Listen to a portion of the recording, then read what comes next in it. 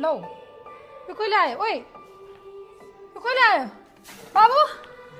साइस भर्खरै आएको 2 वर्ष भइसक्यो म कति खुसी लाग्यो बाबु अनि के को लाउ को आयो म आएको सबैलाई खुसी लाग्यो होला है ले ले 5-7 लाख दिन अझै माग्यो किन आएको अहिले त ए बाउ मैले ऋण सिन सबै चुक्ता गर्ने गरी सबै पैसा बोकेर आएको छु क्या ऋण मात्रै चुक्ता गर्ने होइन घर पनि बनाउने कार पनि किन्ने बे पनि गरी सबै गर्ने गरी आएको म ल कच्चा भयो त त्यो मात्रै होइन अरू के सामान किन्नुपर्छ तपाईँहरूलाई सबै म छु मलाई एउटा आइफोन दाइ मलाई एउटा छर्के तिलरी त्यो पोला गरेर रिताले देहा देहे गर्छ हाम्रो चाहिँ रहर हुन र मलाई चाहिँ एउटा गाडी शान्ति नै के ल आमा एक कप मिठो चिया पकाउनु त ल चिया खाउँ भनेर कुरा गरौँ ल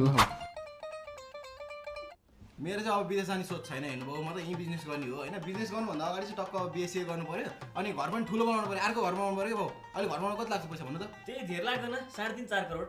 यो घर पनि राम्रो छ नि माथि 2 वटा ठाउँ होला नि के भयो त केटी खोज्नु भयो त नि त्यो हाम्रो त्यो कमले आन्टीको छोरी के भयो उसको त 2टा छोरी भइसक्यो नि अनि हाम्रो त्यो सीता आन्टीको छोरी के भयो उसको 4वटा छन् ल ठिक छ अब केटी भन्दा बिस्तारै हेर्दै गरौँ ल होइन अब यो सामानहरू चाहिँ डक्क सुखी सम्पन्न हुनु पऱ्यो क्या हाम्रो एउटा कार चाहिँ चाहियो भाउ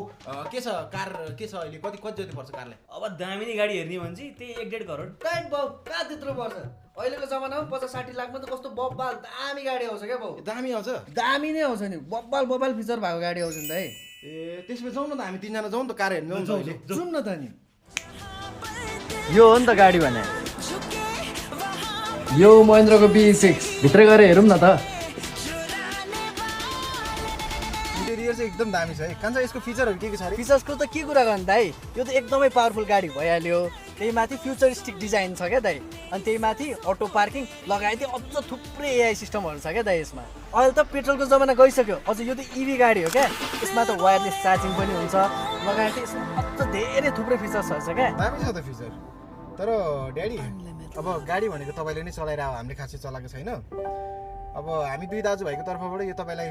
सानो गिफ्ट थ्याङ्क यू छोराहरू तर यो भनेको त एकचोटिको इन्भेस्टमेन्ट हो यो गाडी ठिक छ त साँच्चै के ठिक महेन्द्रको गाडी भनेको त बेस्ट हो नि ड्याडी विगत 35 वर्षदेखि नेपालीको मनमुटुमा बस्न सफल भनेको महेन्द्रको गाडी हो क्या ड्याडी यो महेन्द्रको गाडीले त ड्याडी हामीलाई त आउट अफ बााउन्ड्री पुऱ्याइन्छ क्या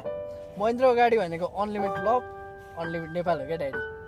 चाहे त्यो अनलिमिटेड पावर होस् अनलिमिटेड लग्जरी होस् महेन्द्रको B6 भनेको त बेस्ट हो क्या ड्याडी ल त्यसो भए अब यही किन्नुपर्छ अब मैले पनि चलाउनु पाउँछु होला नि ए तेरै त हो नि चलाउनु तँलाई जति चलाउनु मन लाग्छ